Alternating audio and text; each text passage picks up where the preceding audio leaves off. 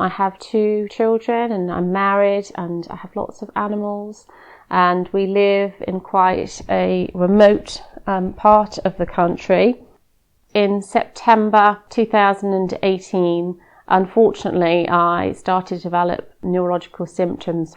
I went along to my GP and was examined and told that I had hypermobility in my joints, but the symptoms got progressively worse.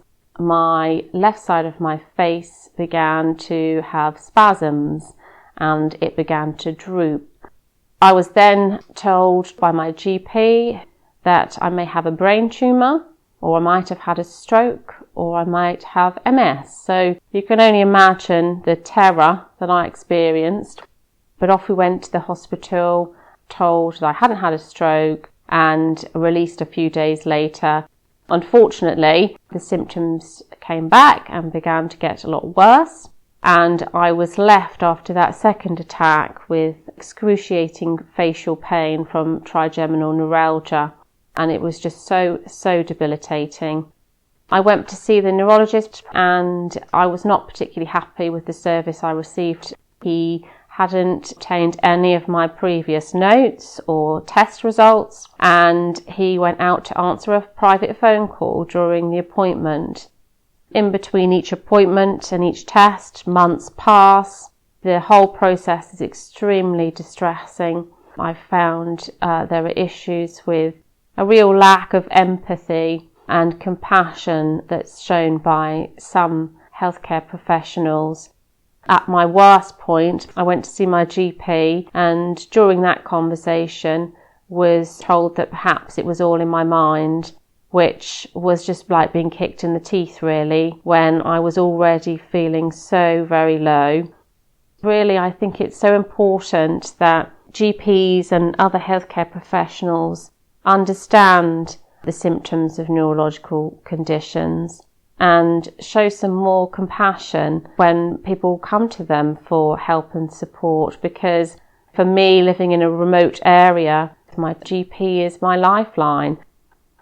The impact that this has had on my life has just been immeasurable. My relationship with my husband, my children, I've gone from being a really bubbly and happy person to being in pain all the time, unable to do things that I enjoy, worrying all the time about what the future holds.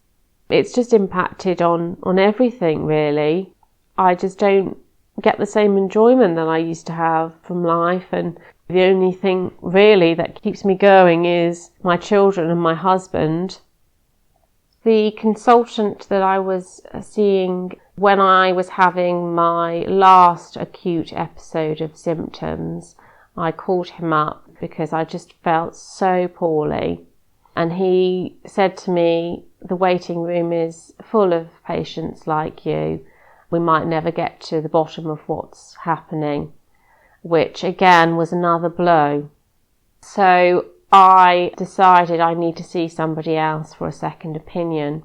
When I made the appointment to see the consultant, his secretary asked me for all of the background information and notes, which had never happened before. He was very understanding and shook my hand when I met him, and he didn't dismiss my symptoms. He made me feel like actually I was an individual and I mattered.